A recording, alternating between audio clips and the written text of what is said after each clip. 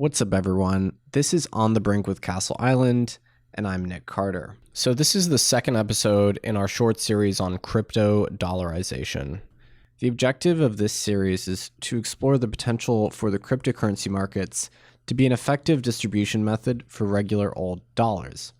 So-called stablecoins are an early example of a system in which dollars might be distributed directly to end users around the globe with no requirement for trusting local institutions like the banking system or the government.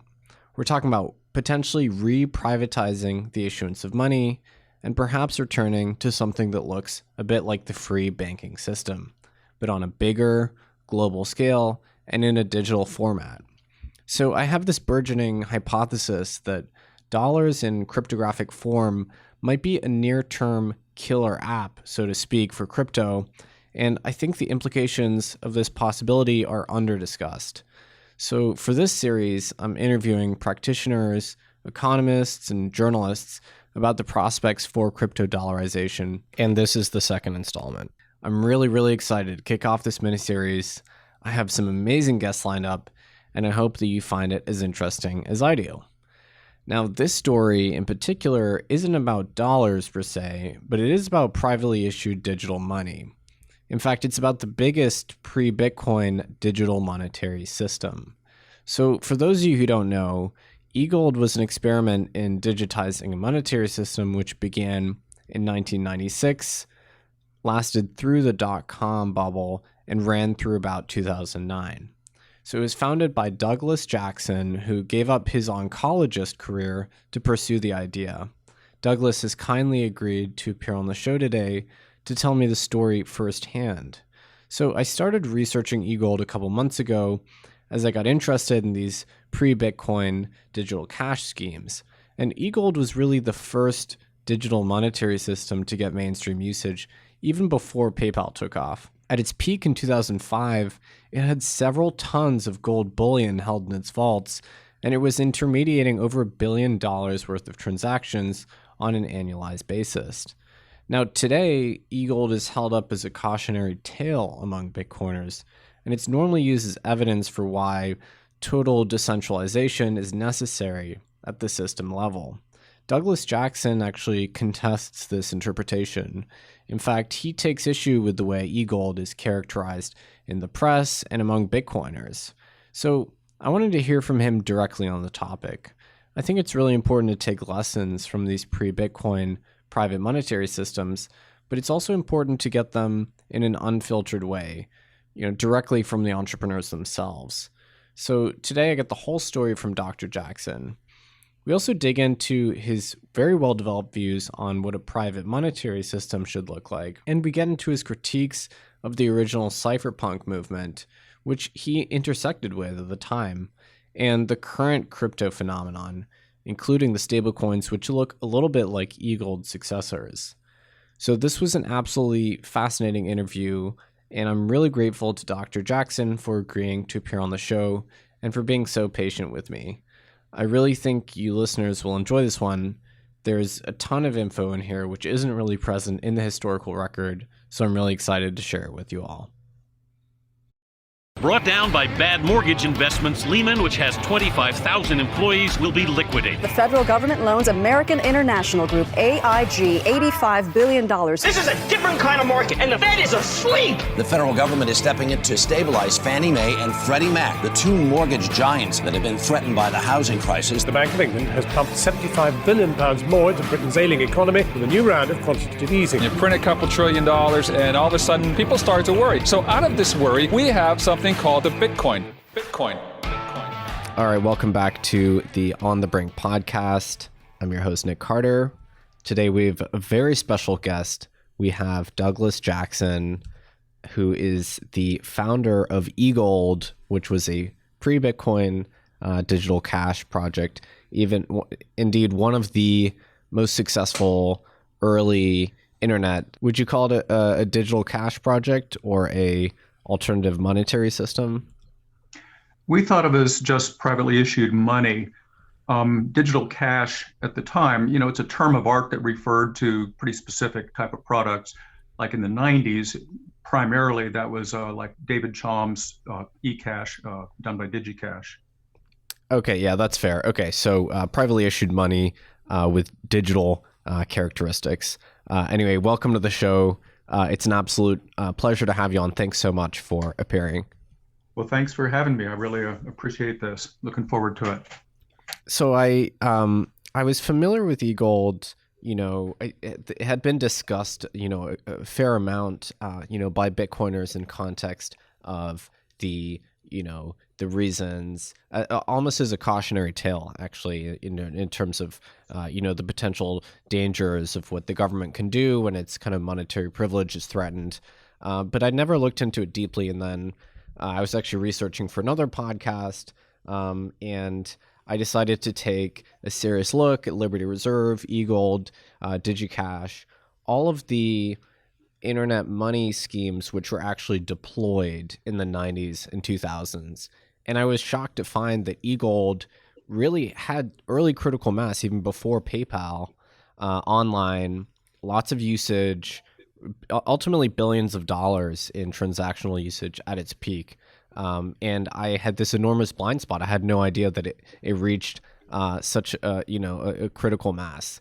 So that was an education for me. And then I looked into it, and it kind of ends in a maybe controversial or unfortunate way. And I figured, who better to get in touch with than Douglas Jackson, the guy behind it all. So I just really wanted to give you the chance to talk about the history so that my audience can learn directly from you what transpired, and then of course give you a chance to set the record straight in terms of the way that eGold has been characterized in the press.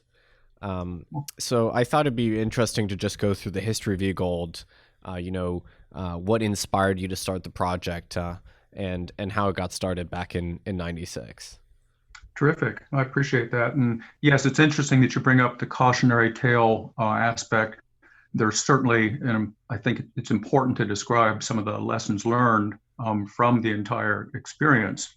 But going back to the very beginning, we're talking about 1996, when the internet was first becoming a commercial reality. In other words, when it was becoming possible for anybody in the world to offer their goods and services to a global market. And so the problem that existed at the time was it was very difficult to be paid. It was more or less a financial inclusion difficulty. The principal payment method at the time was credit cards, and to qualify for a merchant credit card account was very difficult. Required high credit rating, existing relationship with financial institutions. It was a bar that many people couldn't surpass. So my goal, at least most proximately, was to simply offer a payment mechanism that would enable anybody in the world to receive payment that would settle immediately with finality at extreme low cost.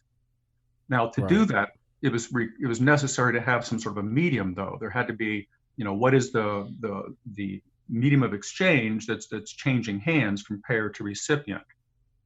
So for that respect, I felt like it was important to try to achieve the same sort of freedom from default risk that as if you had an account at a government central bank. In other words, I wanted to avoid what I perceived as the risks of bank deposits. And so that's those constraints of trying to achieve freedom from default risk, finality of settlement, those posed a sort of funnel that led to the choices we made on system logic and design. And we talked about this a little bit yesterday. So instead of your motivation being to digitize gold and allow it to be transferable on the internet, it just so happens that you had to use gold due to your objectives behind the system, having the reserve asset be no one's liability. Yes, that's exactly correct. As we discussed yesterday, if you look at like the Federal Reserve or the Treasury and their report of reserve assets, it's a small subset of what they hold on their balance sheet. In other words, the bulk of what they hold in terms of assets backing their monetary liabilities are securities, things like treasury bonds, a whole lot of mortgage-backed securities. But at the core of it, they have what they think of as the reserve assets, the most money-like assets. Well, in their case, there's only 4 things that qualify. And it would be a reserve position with the International Monetary Fund. It might be SDRs, which is a special asset that circulates only within the IMF. It could be a deposit account with a foreign central bank, or it could be gold. And so of those possibilities, the only one that would have made sense to us, the only one that had an infrastructure that was accessible to us, was gold. And in fact, that infrastructure was very convenient because there was a highly sophisticated arrangements have been worked out over the decades to meet the needs of government central banks, of international gold banks. And so there was so-called good delivery standards that covered everything from how you would know a bullion bar was genuine to excellent custodial arrangements. All of that existed, and it was accessible to us at basically wholesale type cost. So we didn't have to reinvent the wheel. But yeah, a fundamental point was we used gold because it was expedient. It was a means to an end, but e-gold was never a gold thing. And I think that's Right. an important distinction. Like if we get into looking at some of the followers or the would-be competitors, it brings up some important contrasts. And the gold that you held on deposit, where were you custodying that? Well, I should make a distinction between our first 3 years, because there was a continual evolution. You know, as this system, there were some crude elements to begin with, and then there was further insights and refinements. And so I'm going to describe the arrangements that we had from 2000 onward. That was when we finally were able to gain access to the good delivery system, and we were storing at that time in London and Dubai. Okay, and so prior to that, you were I guess you weren't big enough to engage with the LBMA and or the kind of good delivery system. We weren't big enough, and we just didn't have the appropriate introducers. Like to be able to access the dealers that deal in good delivery gold, or to be able to have an allocated account at one of these repositories, it requires a great deal of due diligence, and we were just too much of an unknown initially. And so your revenue model was pretty interesting. So you didn't charge users fees for gold you were custodying. I guess it cost you something to custody the gold with third parties, but you didn't pass that on. Your revenue model was just transaction fees on transfers. Well, not exactly. No, we had two. We did have 2 fees. The transaction fee, which was borne by the recipient of payment, we called that a spend fee. That was our principal source of revenue, but there was an account maintenance fee. Okay. And the proceeds of that did help to defray those storage costs. That account maintenance fee was sort of like the equivalent of a negative interest rate. It was, right. If I recall, 1% per annum, calculated according to somebody's average daily balance over, and it was taken on a monthly interval. But yes, that we didn't really think of it as a storage cost, but certainly that revenue is what covered. It did in fact cover our storage costs. It's interesting that the debate over negative interest rates now, the canonical example is a fee that you pay someone to store your gold in the kind of medieval era kind of thing. So it's interesting to see the historical rhyming there. And so eGold, it didn't really take off until the early 2000s, I guess, right? I mean, that's correct. Yeah, like I didn't know anything about marketing. And this was truly a sort of build it and they will come type of a thing. And so I put it out there, but didn't really know how to promote it. There was no social media to speak of at the time. There was mailing lists. And I knew there was interest in electronic currency and related developments with the cypherpunks. So I did certainly hang around on the cypherpunk mailing list, and I was somewhat more active on related lists, such as those that were administered by Bob Hettinger in the late 90s. But by one means or another, people did start to come. So as early as like spring of 1999, the Financial Times had correctly reported that we were the only electronic currency to achieve critical mass on the internet. And by 2000, an exponential growth pattern was becoming apparent. Like as late as February of 2000, I think we'd only settled 50,000 transactions cumulatively. Right. But 2 months later was up to 100,000. 6 months later, we'd passed the million mark, and things were more or less off to the races. I guess your growth was constrained by the adoption of the consumer internet. You know, there wouldn't have been anyone to use eGold before, you know, I guess 95, 96. Well, and the reason 96 was so important was that was when I felt like that was when it first became possible. Like the missing ingredient prior to that time, to do something like a payment system or even any financial system external to the banks, there was three sort of requirements that you would need to do it as a private actor with modest capital. There's certainly the computation aspects, because in the old days, and of course, you could have an army of scribes sitting there at their ledgers, but that would be an expensive proposition. There's also a great deal of data to be recorded, and of course, that had been made possible, both of those, by low-cost computing. But the missing ingredient had been secure communications. The thing that changed in 1996 was that's when Netscape began to offer SSL, I think it was version 2, in their browsers. All of a sudden, now you had a client program that was widely installed, that was maintained by big companies with deep pockets, that was virtually free, that solved that sort of communication problem. And so I think that's what struck me, that as I was thinking about what was needed and how to accomplish that, that's what made me feel like I needed to just go ahead and do it myself rather than trying to explain it to some other entrepreneur. Oh, that's fascinating. So, because I didn't have in my head the idea that eGold had relied on any cryptographic innovation the same way that, you know, maybe DigiCash did or further down the line, Bitcoin. But I guess this SSL in browser incremental innovation really did facilitate your system. Yeah, it was absolutely essential, but that was also like my major sort of point of departure or disagreement with the cypherpunk community. At that time, everybody regarded the future of money as involving financial cryptography, and in particular digital cash. And David Chaum's DigiCash or eCash was regarded as, again, the future of money. But it relied on, you had to install a client. Like the client program, I felt was rather rickety and poorly maintained. It was difficult for a normal person to deal with it.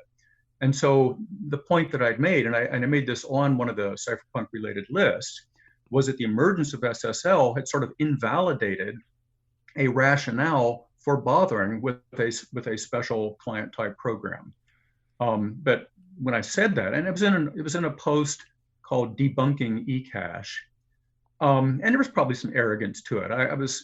People back then, it's always been a challenge for people to be civil on the internet, and I was probably as obnoxious as anybody else. But that post, it really elicited or evoked a lot of cypherpunk gnashing of teeth, and the responses that have become familiar of like, oh, you just don't get it. But the fact of the matter was, like within about 18 months to 2 years after saying that, I mean, DigiCash was gone.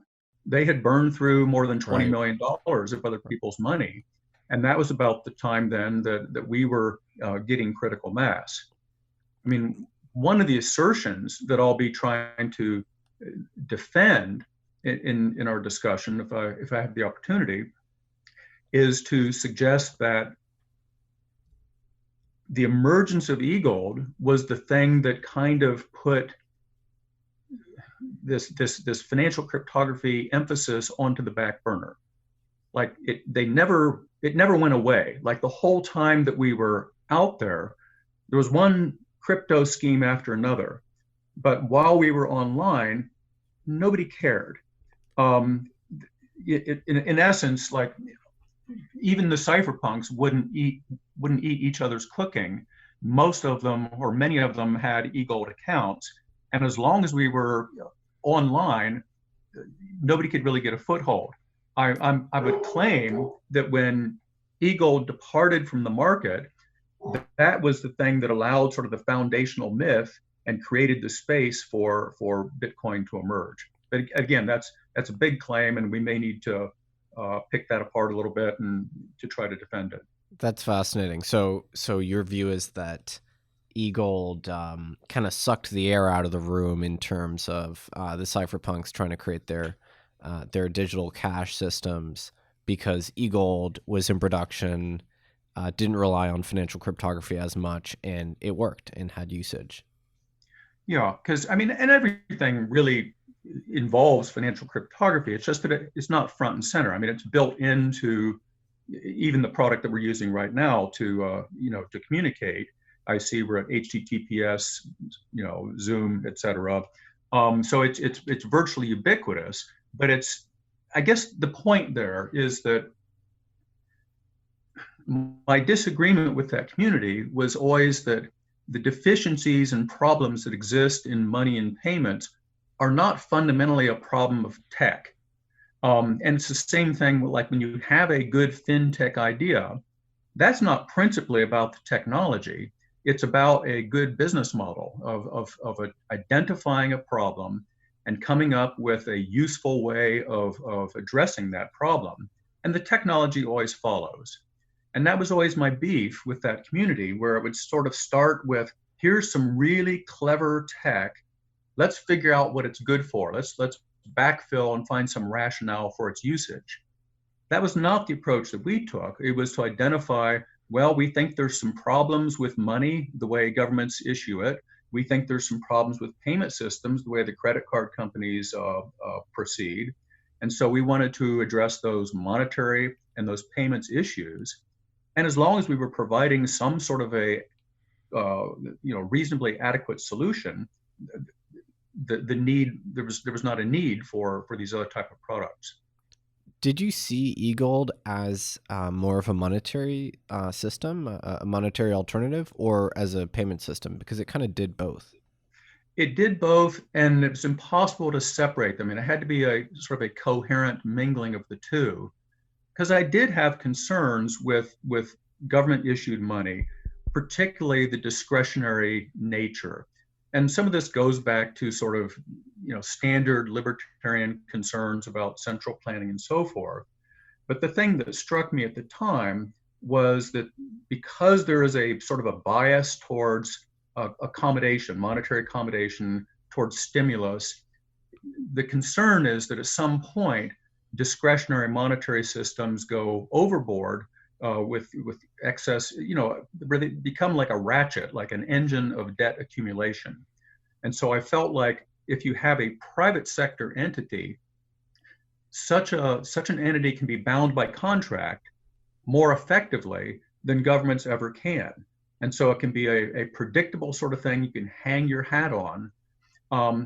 The particular model that we were doing, like the contract, it already is something that exists in government monetary institutions. Like some monetary authorities are set up as something that's called a currency board. And a currency board is contractually bound to maintain a hard peg with some sort of an outside anchor asset.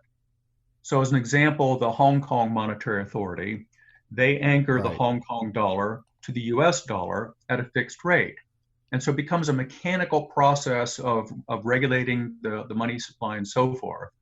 So in that respect, we were simply an orthodox currency board that was pegged to gold.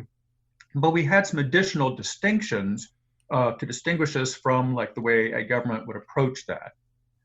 The big distinction was that all of the government monetary authorities, whether they're a currency board or a conventional central bank model, they are nevertheless banks. And so their asset portfolio is chock full of remunerative assets, that is, assets that pay interest, primarily securities. We felt like if we want to have freedom from default risk, we can't do that thing of holding interest-bearing securities. There's various well-identified risks that goes with that. So that's why we wanted to have a stored physical commodity. So in that respect, we felt like we did have a stronger balance sheet than any government central bank, even though it was, much smaller. Smaller. So in a sense, your approach to monetary policy looked like some of the countries that had, in the pre-Bretton Woods system, that had a currency backed by gold. Although I guess the difference is that ultimately that was just a promise, and then it didn't materialize in many cases. Well, and that's a good point, because oftentimes when people would start to hear about what we were doing, they would immediately have this reflex of thinking that it was some sort of a rehash of the gold standard. And it simply wasn't. In fact, the deficiencies of the gold standard were part of what, prompted us to do things the way that we did. Because the gold standard was like this gentleman's agreement between sovereigns. Right. Which, of course, when it becomes inconvenient to abide by those sort of things, like when you want to finance a major war, that all goes out the window. It could be either suspended or it could be abrogated altogether. But even when it was functioning, it had some real built-in weaknesses that I think made it non-viable. I think the issue there was that the base money, and when I say base money, like, let me define two terms. Like in modern monetary systems, base money is the direct liabilities of the monetary authority. It's the most basic, it's where the buck stops. So for instance, in the United States, with the Federal Reserve System, the cash that we have in our pocket, well, that's on the balance sheet of the Fed as a liability. That's the only kind of base money which we can access. Although it exists in another form as well, it exists in its electronic form as deposits at a government central bank. Now, so base money is as money-like as you can get. Right. But then broad money is things like bank deposits, where you have a liability that's not on the central bank's books, it's on the bank's books. Yeah. And so you see the deposits on the liability side, and it's backed by their asset portfolio of loans and so forth. Now, under the gold standard, in many countries, and including the United States, the base money was gold coins.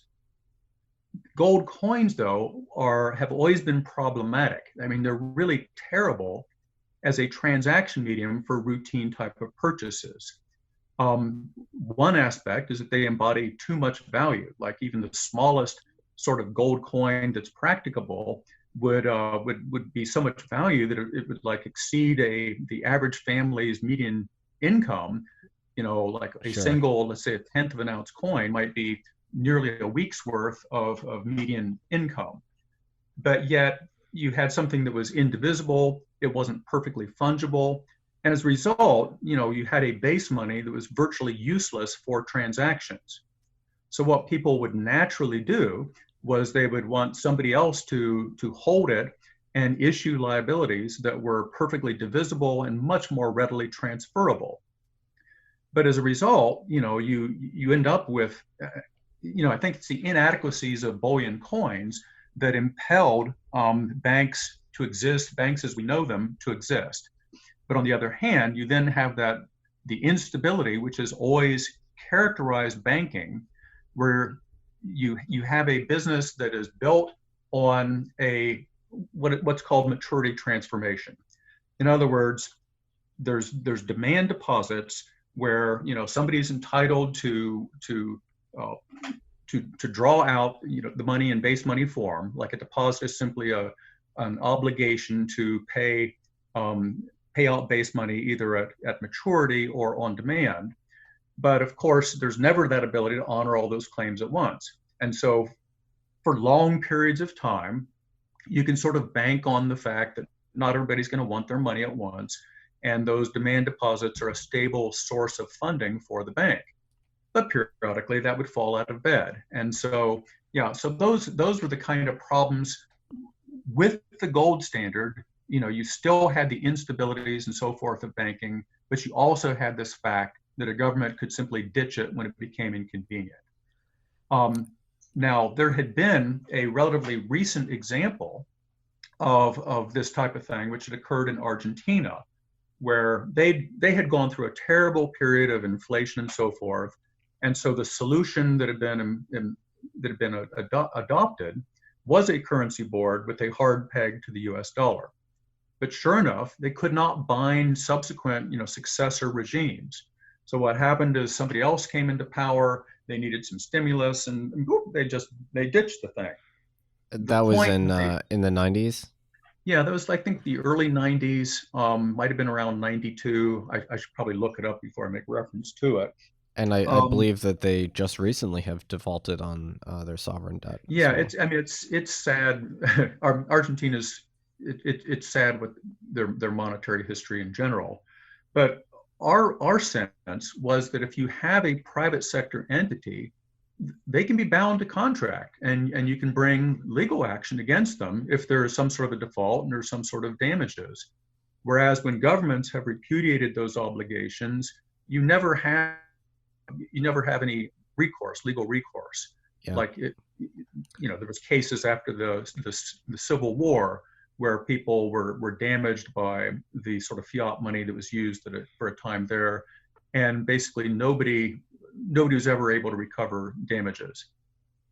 Yeah, it seems to me that the disincentive for governments not to misbehave or default on their obligations is simply the threat of lower subsequent investment, which is not a strong enough disincentive, I guess.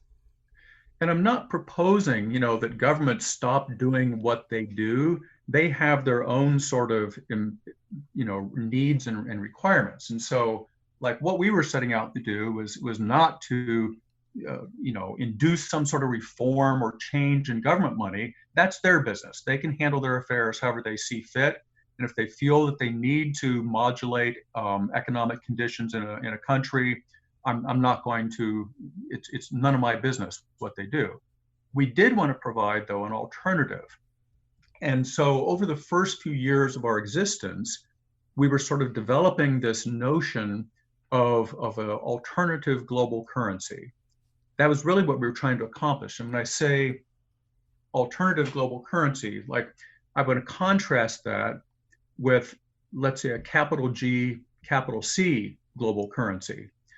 Like, when people hear that term, they think of something like the euro, only on a global basis, where it's coercively imposed, at least on the people that didn't want it. That's not what we had in mind at all. We wanted to have something that circulates alongside government issued money and plays a complementary role, that does the sort of thing that no particular nation's money is well suited for. And so, and where that comes into play, especially, and this continues to this day, is international payments, especially cross-currency payments. Everybody knows that the US dollar is the dominant reserve currency around the world. And it would be very difficult for anybody to sort of challenge that. It's useful because of network effects and the reasons for that to continue. But nevertheless, it cannot really function well as a global public good. And the reason is that they have to respond to domestic imperatives. But what ends up happening is referred to as spillover effects, or a sort of a whipsaw that occurs, such that when US policy calls for a strengthening of the dollar, or if interest rates are rising, that sort of thing, you get a reversal of capital flows that might have been flowing into a rapidly growing economy, let's say, like in the last few years, Turkey or Brazil, where all of a sudden, when the dollar starts to strengthen, there's an abrupt reversal, there's capital outflows, and it throws other economies into turmoil. So again, one of our purposes in this was to have something that's predictable, where we have no monetary policy, We simply have a contract. And I guess that that tension is what is referred to as the Triffin dilemma. Is that right? Yes. Well, the Triffin dilemma. I'm not an economist, by the way, so it's possible for me to not to misspeak on some of these things. But it's the Triffin observation was sort of looking at the trade-offs. On the one hand, if you are the country that issues the dominant reserve currency, there's sort of the exorbitant privilege aspect. Right. The exorbitant privilege means that other countries, which may be poorer, are more or less financing your high level of consumption and so forth, which in some ways seems kind of like not fair, because that country can basically mobilize its debts as money that's used all around the world. They can even buy imported products with money that's based on their own debt. But the flip side of that, that's where some of the Triffin sort of burdens come into play, because by being that currency, that means you've always got capital inflows, sort of a capital account surplus that has to be met by a current account deficit. And so what that comes down to is, in terms of trade, it tends to disadvantage the country that has the reserve currency. And certainly in the United States, in the last several years, there's been a great deal of concern about trade imbalances. There's been the trade wars and so forth, of these efforts to try to bring trade deficits down, but nothing would bring a trade deficit down more than if there was some sort of burden sharing in terms of some other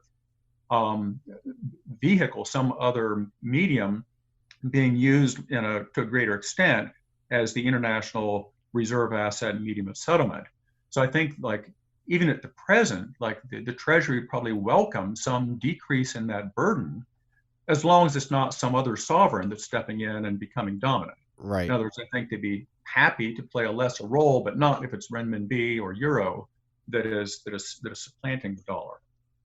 Yeah, it's interesting because the dollar, I guess, what is it? The dollar accounts for something like 70% of international trade, even if the counterparties are not U.S. based. So it's really, really dominant, and so there are costs, as you described, but there's also strategic usefulness. Like the U.S. will weaponize SWIFT, and the fact that the international banking system, most of those flows tend to go through New York in some capacity at some point.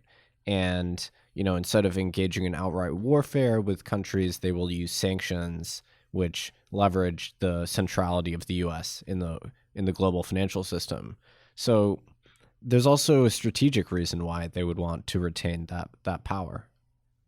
Yeah, and that's a difficult one. Because that power is being exercised more and more, it's led to quite a bit of tension. It's led to active discussion of looking for some sort of an alternative. Like the outgoing governor of the Bank of England, Mark Carney, at his Jackson Hole address a few months ago, was sort of pointing out the desirability of some sort of an alternative. In his case, referred to something called a synthetic hegemonic currency, or an SHC, which is a little bit of a fingernails on the chalkboard, scary sounding thing. Yeah. But yes, there's a great deal of discussion now to developing some sort of an alternative, both in terms of the medium, but also in terms of alternative platforms.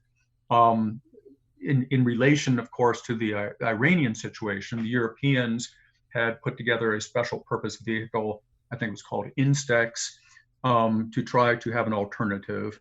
And this has been done, it's been done on a regional basis over and over to try to find some alternative, but none of them have done very well. Now, I should say also that, like, our goals, because I am trying to organize a company to serve as the successor to eGold, something that implements all the lessons learned from both 10 years of operational experience, but also the very important lessons that came out of its legal the legal case. But the goal of that would not be something that stands in defiance of, it'd be very foolish, if that was setting up to claim to be able to, enable entities to evade or circumvent sanctions. So just rewinding a little bit. So one reason I found your story so compelling was because you walked away from, pretty lucrative medical practice. You were an oncologist, and you gave it up in order to pursue this dream of creating eGold. So I just wanted to, to ask you, what was it like making that transition, and was there like a catalytic moment where you just realized this was your calling?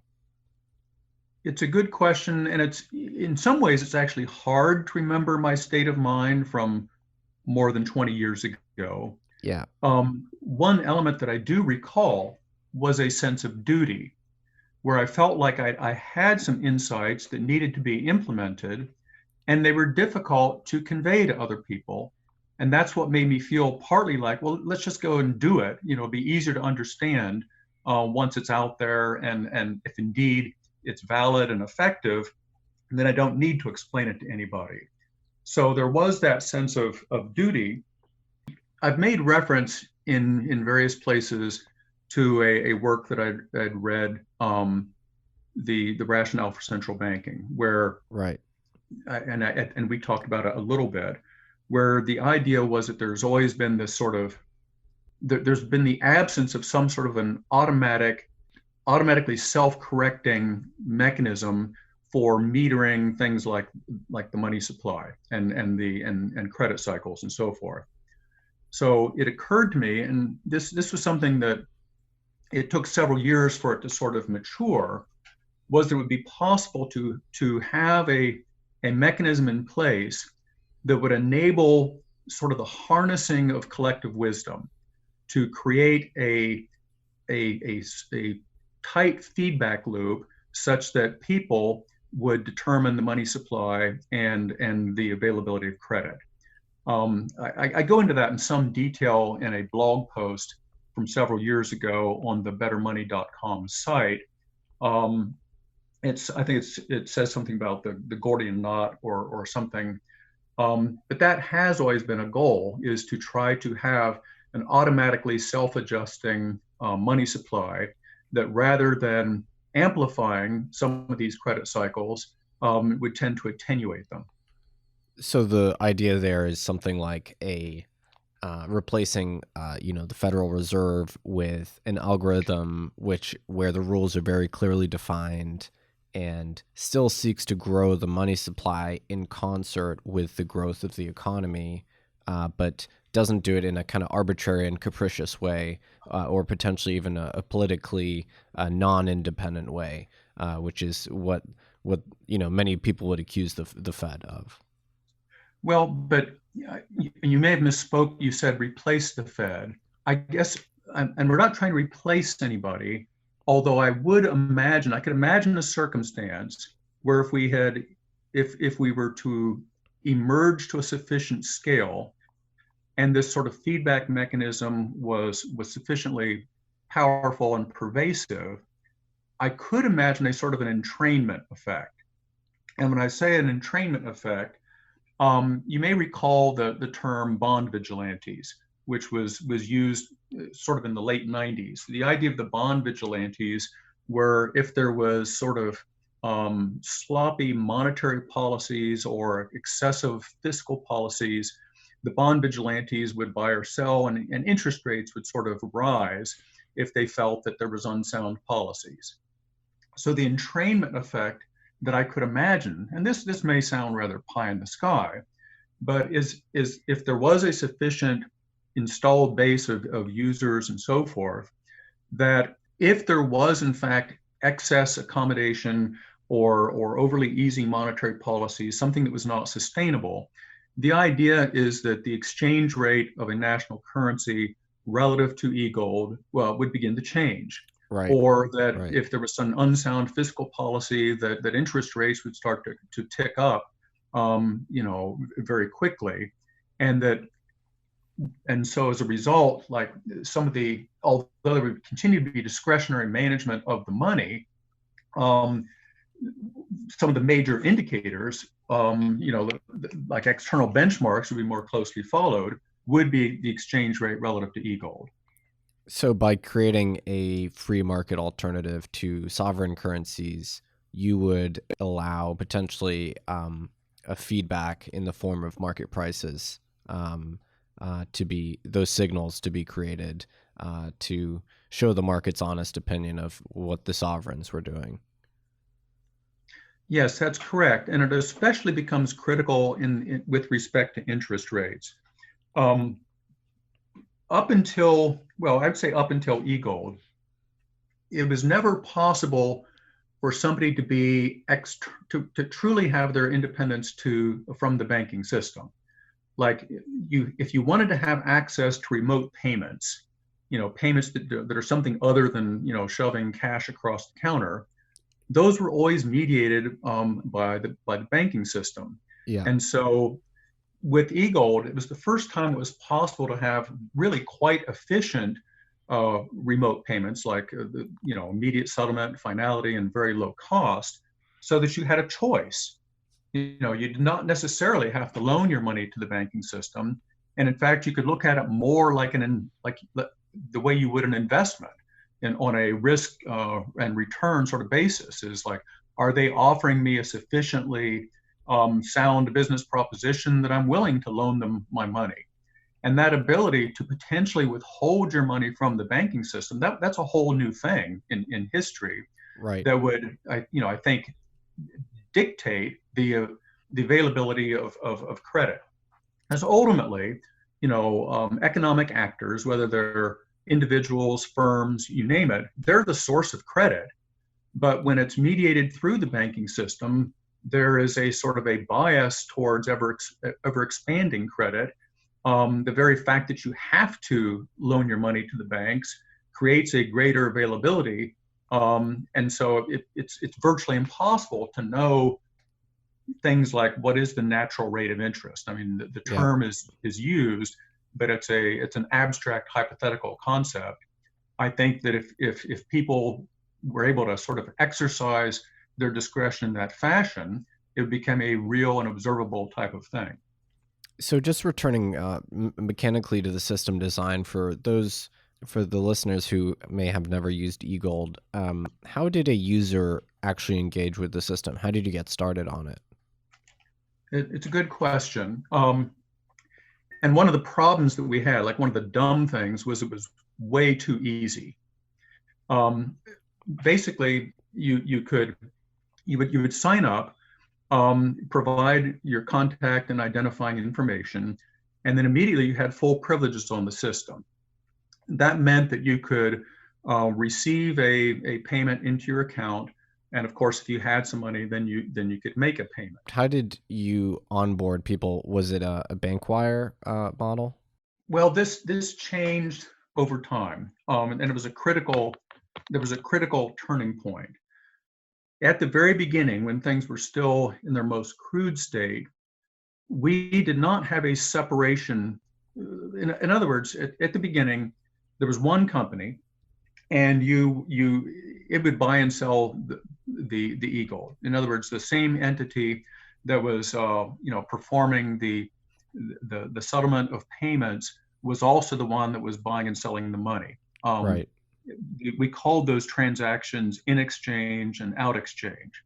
One of the most important things that we came to understand in the first few years was that we had no business combining those functions. And indeed, no government monetary authority combines those functions. Like if somebody wants, let's say, a quantity of dollars, what they don't do is go to the Federal Reserve and buy them. Yeah. If you want some quantity of an existing money, what you do is you receive a payment from somebody that has some. And so with all brands of real money, the business of currency exchange is separate from the core functions of the monetary authority. Those core functions, which must be protected, are basically the issuance of the money and the settlement of transfers. So the really critical change that we effected around 2000, and the thing which really set the stage for for it to sort of have its first blast off in terms of exponential usage was we introduced a separation of roles such that the exchange markets was done on an independent competitive basis by independent providers. And so at that point, at all times, like the way that you would acquire money or you'd get started is as with any other type, you receive a payment.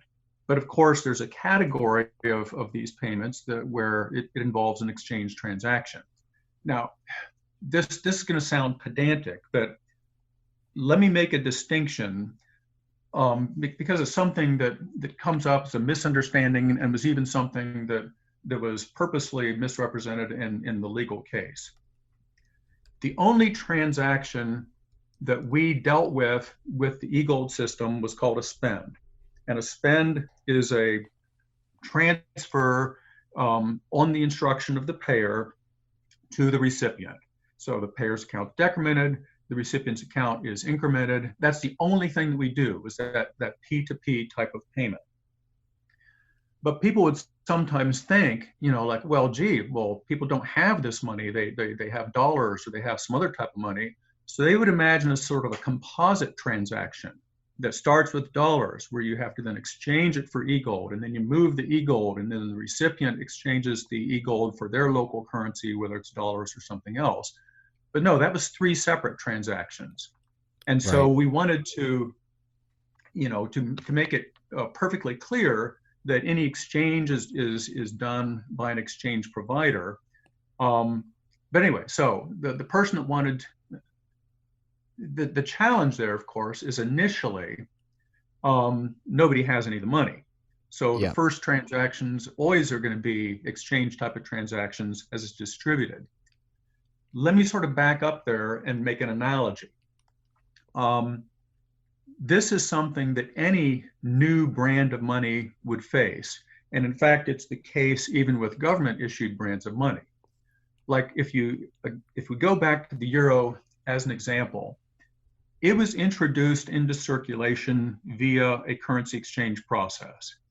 Like prior to that, people had their lira, their francs, their Deutschmark, and so forth. There came a certain date certain where all that was swapped for euro. And this was accomplished by the banking system.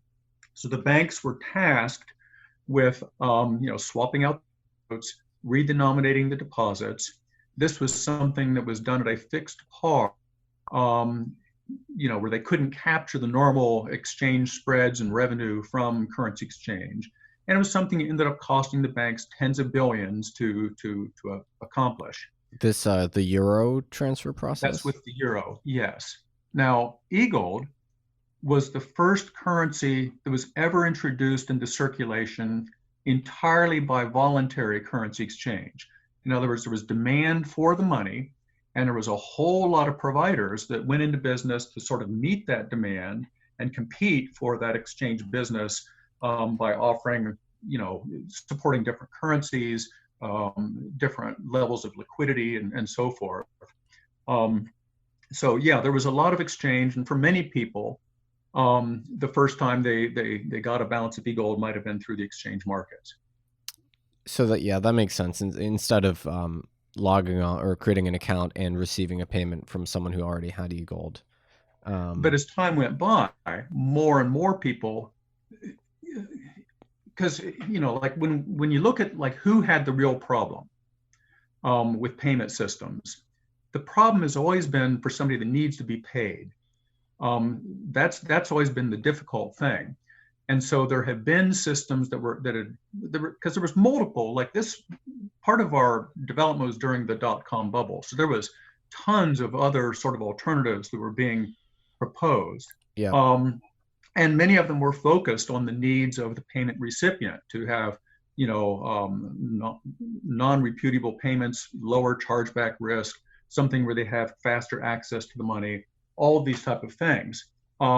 But then the thing that made us distinct was if somebody's going to be able to receive payment in that fashion, there has to be some cohort of people that have the wherewithal to pay them. And that was one of the cool things about e-gold, was because people had such a cultural affinity for gold as a sort of store of value, there were prospective payees or payers, who just for their own head noises or whatever motivations would hold balances of our money. And in fact, what tended to happen was people that held balances were eager to, like show their friends or counterparties how it worked, and they'd be looking for places to spend it, Right. which was a very interesting phenomenon. Yeah, the same thing happened with Bitcoin, I guess, as well. That was, it was definitely, there was more of a demand to find places to spend Bitcoin than there were merchants that accepted Bitcoin, especially in the early days. Now, in terms of describing our fundamental transaction, though, there is something that we had done that was, I think, rather innovative and which really made things easier, facilitated growth of the system. Technically, what we called it was decoupling the numeraire. But what that meant was we had a native unit of account for the money, and that was grams and decimal fractions. And we had done that to make it very clear that we were meeting our obligation, which was that every gram of our money had to be backed by at least 1 gram of good delivery gold on a fine content basis. Right. But that was not a good unit of account for transactions.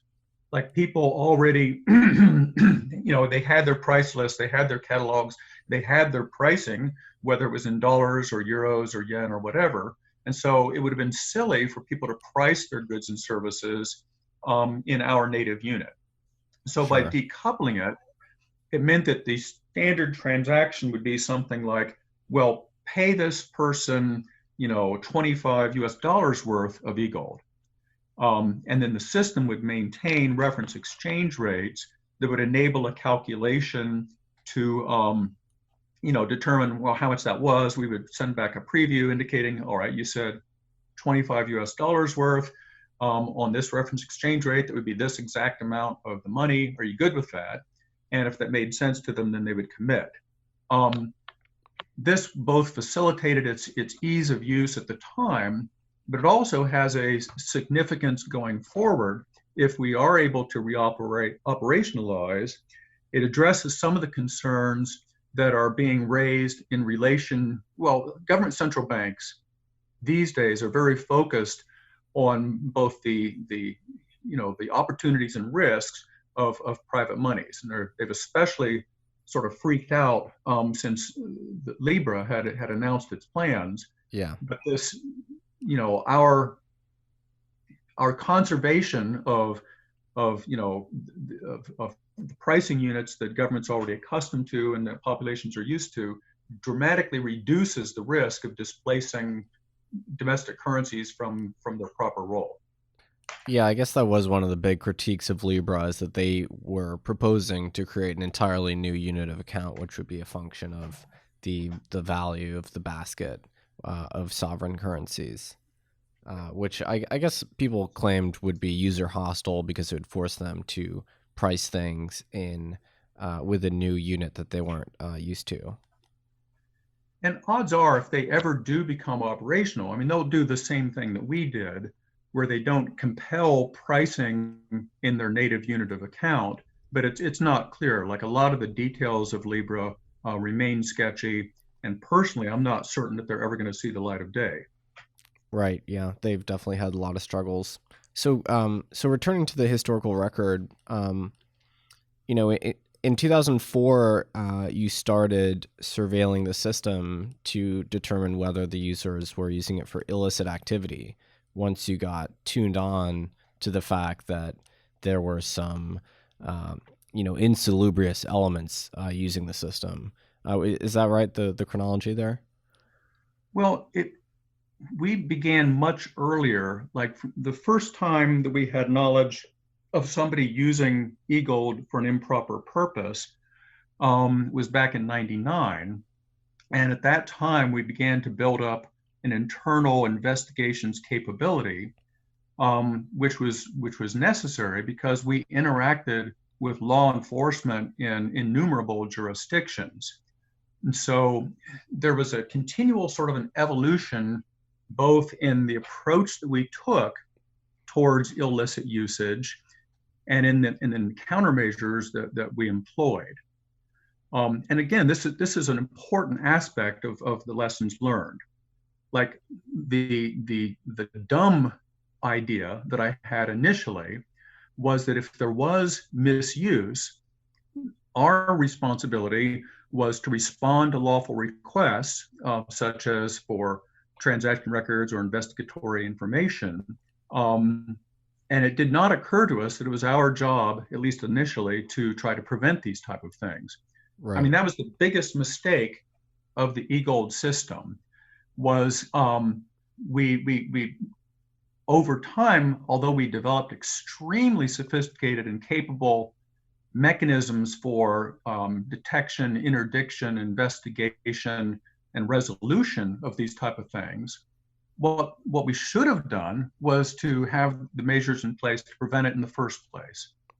And the measures that would have prevented it in the first place are largely the conventional sort of elements of an anti-money laundering program. And so, for instance, I described that it was too easy to establish an account. Like in less than a minute, somebody could establish an account with full privileges and be receiving payment. Right. Well, that's really handy in terms of low friction, but it's not the appropriate way if you want to keep bad guys away. Instead, the way the banks do it is wholly appropriate, where you have you start with a sort of a universal CIP, or a customer identification program, where you verify identities. Then you put somebody through some degree of risk-based sort of due diligence, which results in determining what's the appropriate level of system privileges to provide. And then in some cases, you would do extended or enhanced due diligence, like if you're onboarding a financial institution or some other type of a higher risk user. This then has to be paired with transaction monitoring, where you do detect these type of things, like all the things that we didn't think that was our job. We thought that banks were doing those things, or credit card companies were doing those things, primarily out of loss prevention, where since they didn't want to be left holding the bag, they had to know who their customer was. Like our initial attitude was, like, if somebody provides incorrect contact information, they're not hurting anybody but themselves, because people bobble their passwords, or people, even smart people will sometimes lose track of and need to regain access to an account. And so if they thought they were being really tricky and gave us incorrect information, well, there was a risk of loss. Yeah, they can't get hooked back up to their account. So anyway, the point that I wanted to make there is that was one of the most important lessons learned. Now, in terms of that evolution, there was stage after stage of like figuring out appropriate response to some of these abuses. And so that continued to sort of escalate, so that it really went into high gear in 2005. One of the problems that we'd had in the earlier years was there was times that we would detect something and we would approach law enforcement to try to get assistance or guidance on what to do. Because for instance, one of the challenges that we had was determining the issue of whether you freeze an account. And let me try to drill down on that a little bit. Let's say that you have a bank and they have concerns about a customer and they decide to get rid of that customer. Well, it's pretty easy for them to close the account. They can simply notify the person, hey, we're closing your account next week, and then they mail them a check. Yeah. Well, but you couldn't mail someone gold in an envelope, right? Well, yeah, I mean, like eGold only existed on our platform. It went round and round, but there was no way for external value to enter it or for value to go from the inside to outside. So there was no such equivalent. And you didn't have a redemption method to get access to your, bullion claim? Yes, but that necessarily needed to be restricted to specific institutions that we thought of as primary dealers. And the Right. reason it had to be restricted in that fashion is if you're dealing with the good delivery system, they absolutely do not want to be doing retail-ish type things. Yeah. They're not going to take delivery from the outside world, and they're not in the business of making delivery, especially the 400-ounce bars, like they use for London good delivery. Like they only want to deal with well-vetted sort of counterparties. Yep. So yes, there was redemption, but that was as remote from the end user as balance sheet operations or open market operations with the Federal Reserve.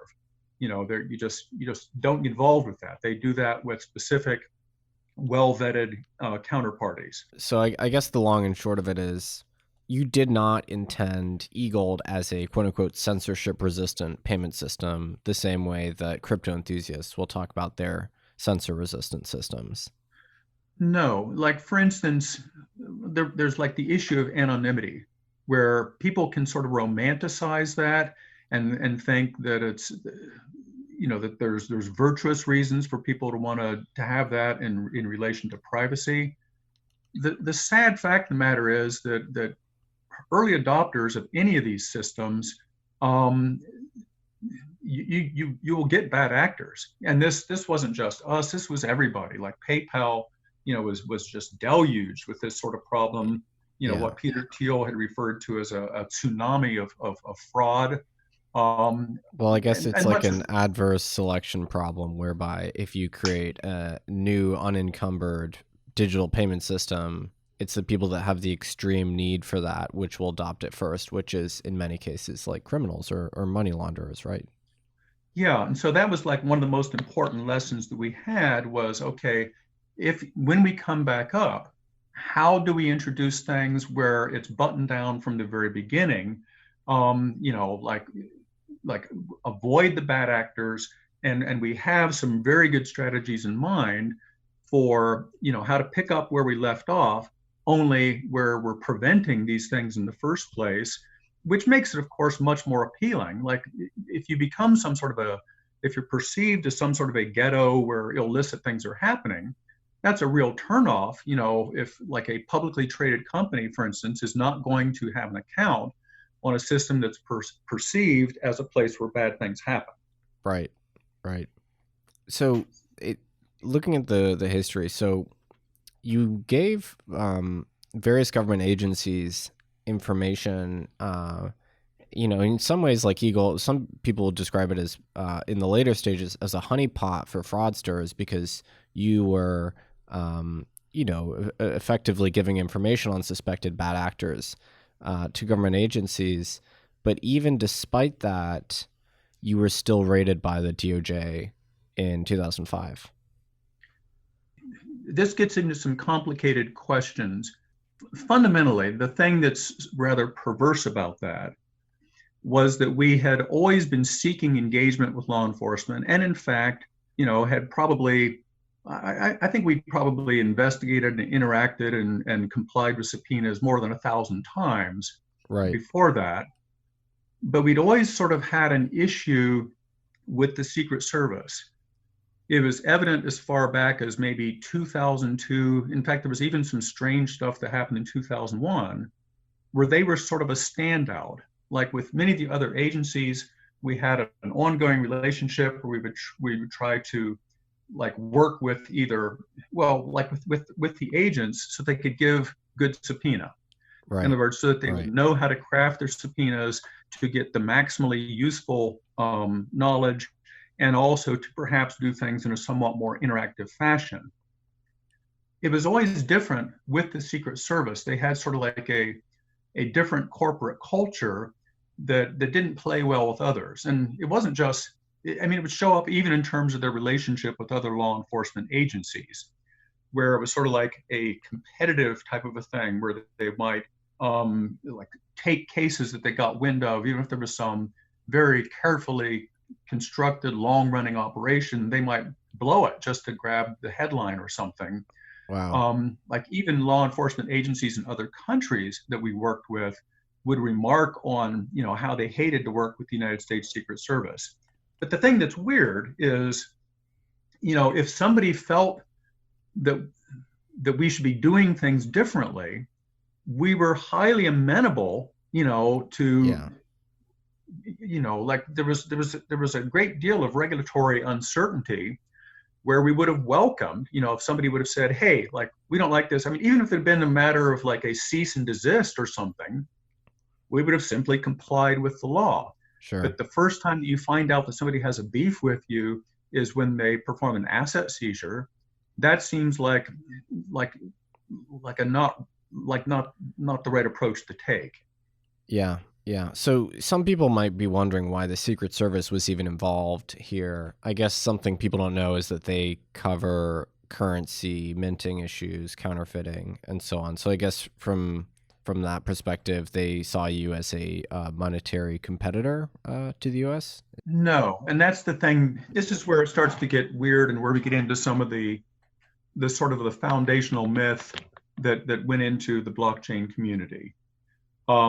It is widely believed that the United States lashed out against e-gold because they didn't want some sort of competition against the United States dollar. And it's further believed then that they shut down the system. And in fact, neither of those things happened. Like in terms of, like this theme of, oh, we don't want competition against the almighty buck. I mean, I was there, I lived this, for years. It never came into play. And in fact, it was explicitly even addressed in court hearings and documents. Like the question, had come up, the judge had put the prosecution on the spot with a direct question of, do you want to shut down e-gold? And the answer had been, like they had to say like, well, no, that's not our intention. Right. And in fact, if you look at some of the judge's statements at the end of the case, she went out of her way to say things like e-gold conceptually is not illegal. The outcome of the case was quite remarkable. When there's a conviction of a financial crime, it's not uncommon for like the principals to be either banned from an industry for a period of years or even for life. Like recently, there was a senior Wells Fargo executive who had a lifetime ban. But instead, in my case, both the plea agreement and the sentencing, like the plea agreement was set up essentially as a blueprint to show like, this is the list of things that would need to be done to conduct this business as a licensed financial institution in the United States. And it was very straightforward and it was very reasonable sort of requirements. It gave real clarity, and it's something that we then set out to implement. But she also, had sort of like, whereas the sentencing guidelines for these things we pled guilty to, they would have called for more than a decade of incarceration and multi-million-dollar fines. With the licensing charge. Oh, so is the licensing charge not money laundering or? Well, I mean, everything gets a money laundering charge thrown in, and there's a reason for that. Like all white collar crimes virtually will have a money laundering charge thrown in for reasons that I could describe. But the case was really all about 18 USC 1960, operation of a unlicensed money transmitting business. Right. But instead of going to prison for a decade, there was no incarceration. In effect, I was sentenced to continue to run the company and to implement the steps that have been identified as necessary for it to go forward. Like here's what she said in her sentencing memorandum. Now that legal issues are resolved, he has committed e-gold and GSR to a vigorous compliance and oversight program, which could only succeed if he were there to head the companies.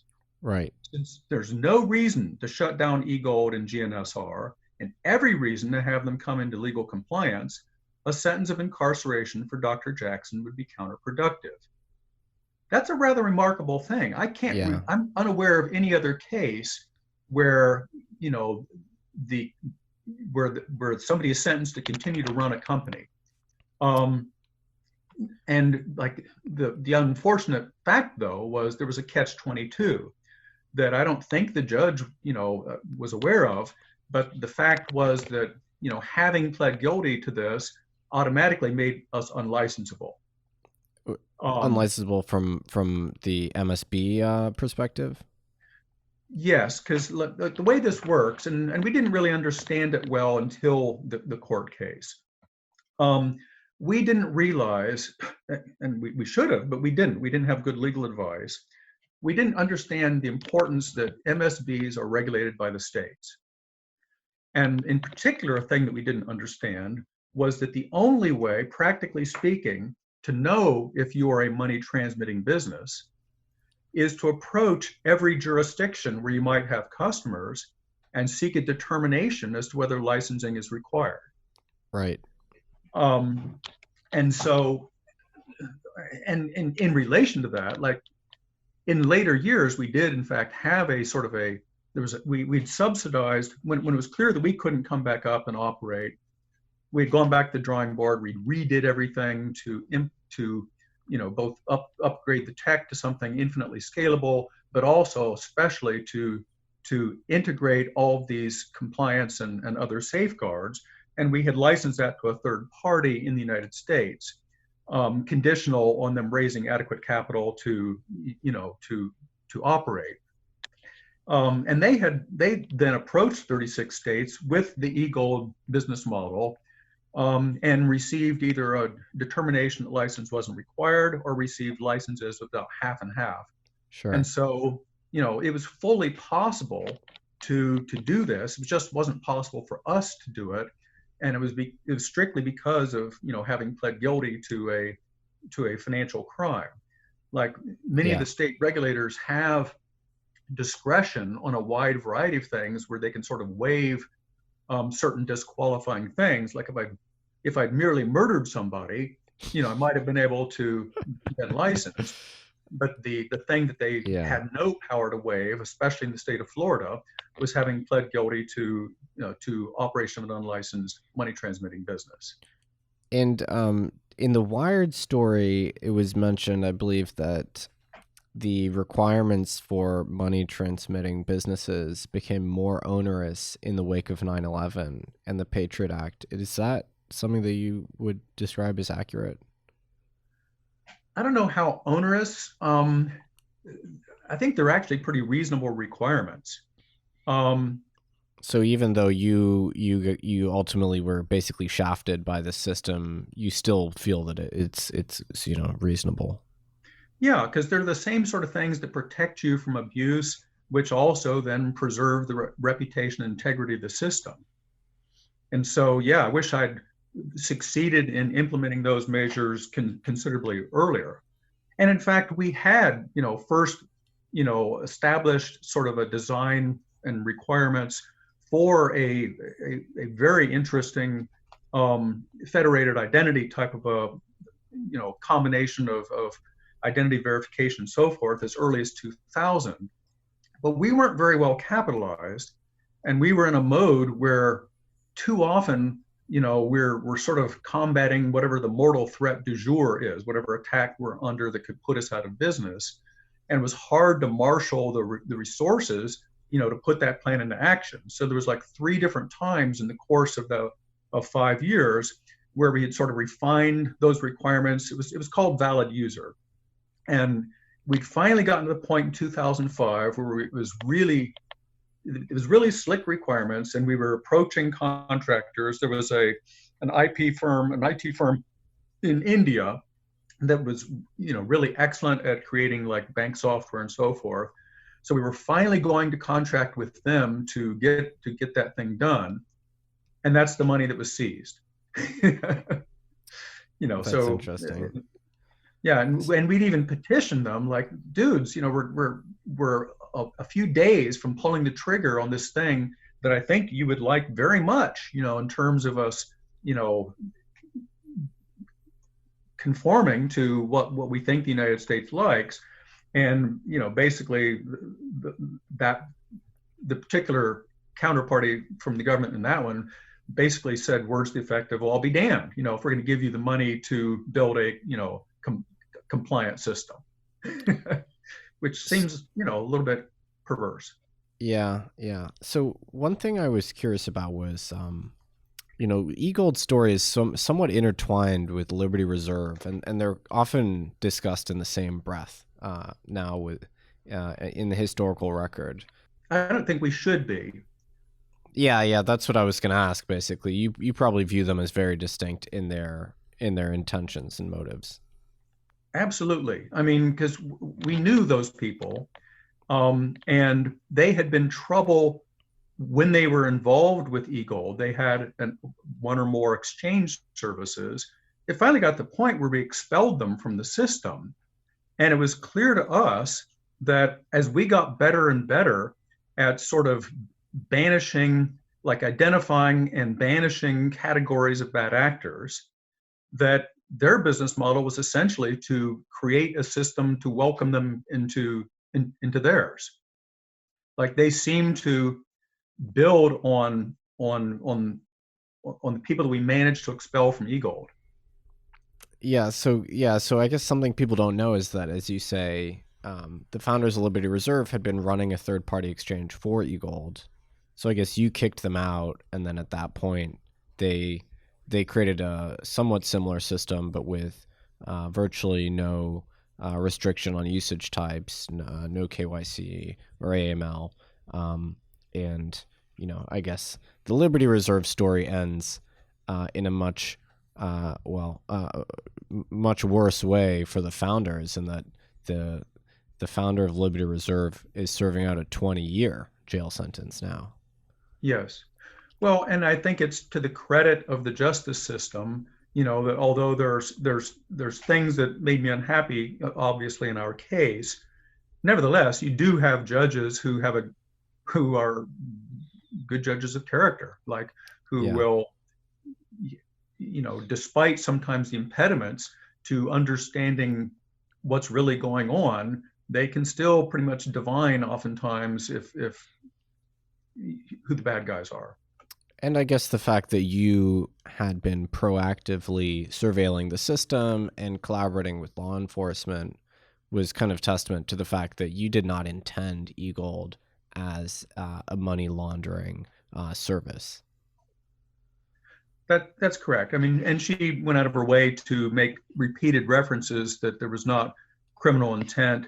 Like she said things like, no doubt that Dr. Jackson has respect for law, and the intent was not there to engage in illegal conduct. She pointed out that he had bad legal advice on the question of whether or not the businesses needed to be registered and licensed. That she exerted herself a great deal to try to mitigate, the damage of having approached this as a criminal matter. So one thing you said earlier was really interesting, in that you think that the timing in terms of the creation of Bitcoin and the dissolution of eGold is actually not coincidental. Can you expand on that? Yeah, and I'm not the first one to say that. Like John Matonis, who I've known since, I guess, the late 90s, when he was chairman of the Bitcoin Foundation, he'd expressed something along this line in his Forbes article of Bitcoin prevents monetary tyranny. So he said it like the timing of Bitcoin's appearance and subsequent growth is no accident either. And he describes it as a reaction to basically the eGold case. Like he concludes that section by saying, and he's saying this erroneously, but as part of what I think is the foundational myth for Bitcoin, but he says, we can see from the case against digital money provider eGold that an efficient challenger to the provision of a stable monetary unit will not be permitted, really. And that was what everybody wanted to believe, was that, oh yeah, since the government did this to eGold, you need to come up with a system that can defy the government. Right. Yeah, that's absolutely part of the foundational myth of Bitcoin, for sure. Spot on. Yeah, and it's sort of like there was lessons to be learned. That wasn't the lesson. Like we learned the lesson, which was, hey, here's how we can do this so it would be wildly successful, but not, not at all conducive to people trying to abuse the system. We never got a chance to implement that. And then instead, other people derived entirely the wrong lesson of, oh, well, you can't do this, as a licensed institution. You have to do it as some sort of outlaw thing. And that's, like the result has been, I think, a lost decade of like unprecedented malinvestment and rampant criminality. So do you think that there is scope for a payment or financial or monetary system, for that matter, which seeks to allow individuals to make transactions outside of the purview of the kind of regulated financial system? I mean, I can think of a lot of examples of behavior which aren't strictly illegal, which are still, kind of blackballed from the financial system as it exists today. It's a tough question. Like my approach to it is as a business. I want to have a successful business, and there's certain things where it's just like, why bother with them? If they're perceived as unsavory, just exclude them in your terms of use. Now, but that's a different question. Let's say, for instance, than privacy. What does privacy mean? Like, because there's been a lot of discussion of the difference between privacy and anonymity, for instance. Right. Privacy, means that your information is not being sold to other people to shove ads in your face. Is essentially what it means. Like the way eGold was done was we knew an incredible amount of stuff about our customers. And it's why we were so effective in terms of like investigations and so forth. Like we had what I called a God's eye view that would enable us to find like the toughest criminals in the world. Like, and some of those were like, for instance, carders, like people that were doing credit card crime.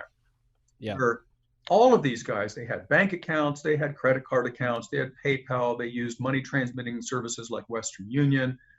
In fact, they might have used your credit card and your bank account. I mean, these were bad actors that knew how to defeat those type of systems. But the career-ending mistake for some of them was when they believed that eGold was criminal friendly, and Right. it would matriculate to the system and try to do something cute there. There was no place to hide, because with us, if there was any transaction activity, it was like touching a spider web, where you have a permanent sort of discoverable linkage to the flows of value in every direction. Like everybody you've interacted with and everyone they've interacted with, there's a permanent record of this type of thing. But the other thing that made it so powerful was it did not have the siloing of certain systems like for instance, Swift or card networks. And by that I mean, let's say that you go and you put your card in the machine at the grocery store or at the Starbucks or whatever. The card network, they've got enormous information in terms of transaction activity. What they don't have is all of the identifiers. That's sort of done by the various participant banks. And so identifiers live one place. The sort of forensic scruff that might come out of your interaction with that bank of things like, IP numbers or user agent tags like from your browser, all that sort of thing, they all live different places. Whereas with us, this was all assembled in one spot, which made it possible for us to track down the really hard cases. And we would, of course, have that capability in the future. But the more important thing is to take advantage of what we learned about how people abuse systems to create, the mechanisms to deter it and frustrate it in the first place. It's much easier and much better for your reputation if the bad guys simply go someplace else to abuse. So what do you make of any of these digital payment systems in so authoritarian or totalitarian states, with China being a good example where cash has been really discouraged, and it's actually considered rather odd to pay with cash if you're in Beijing or Shanghai. And instead, users are funneled towards these identity-linked payment systems like Alipay or WeChat. Lots of human rights advocates would say this is a way to actually, and they're kind of paired with these social credit schemes as well. So, the common claim in the West is that this is granting the government too much surveillance and power over, and in granting them access to the finances of normal individuals, it grants them a hitherto unseen level of control and power. I mean, do you think that there is a middle ground in terms of administrating these payment systems and like the level of surveillance? I might have personal opinions on the merits of some sort of a system that stands in opposition to official controls, but it's not really a practical consideration for me. Like if I'm going to bring another system into operation, quite frankly, it's not going to support usage in any jurisdiction where it's not approved. And so it's sort of a moot question for me. Like people might think like, oh, well, maybe you could go in and sort of, put your finger in the eye of the Venezuelan regime by giving people recourse to something, that's not under their control. It's like, nope, I'm not going to do it. I'm sorry. I'm not going to bring it up in Venezuela unless we have the approval of the existing authorities. I'm not going to come up in China, unless China, authorizes it and so forth. So although I'm sympathetic to some of those discussions, they're not practical for me.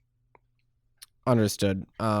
So then returning to the crypto industry, you say it's been a lost decade. I think I would absolutely agree that there's been a huge amount of malinvestment. I also think the existence of like the quote unquote blockchain and the techno-utopian nature of the system has also made regulators like reticent to actually engage or to enforce. Do you notice an inconsistency between the way you were treated by regulators and then the way that the crypto industry has been treated, almost a more hands-off approach? Yeah, there's been a very definite difference in that respect. And part of this is the success of what I think of as the cool kids, in getting positive press and sort of this patina of being a more hip thing, so that you end up having things like regulators, who or legislators, who hope to attract some of this jazzy fintech stuff into their district. But there's also the phenomenon that's always been a cypherpunk characteristic, this you just don't get it thing. This is fundamental to an emperor's new clothes, or in this case, the cool kids' new clothes type of a phenomenon, where somebody who thinks like, well, it seems like there's this flaw or there's that flaw or this part that doesn't make sense, they're made to feel stupid. Like they'll be given some sort of a question, so people don't have the confidence necessarily to point out that like, hey, wait a minute, the emperor's naked.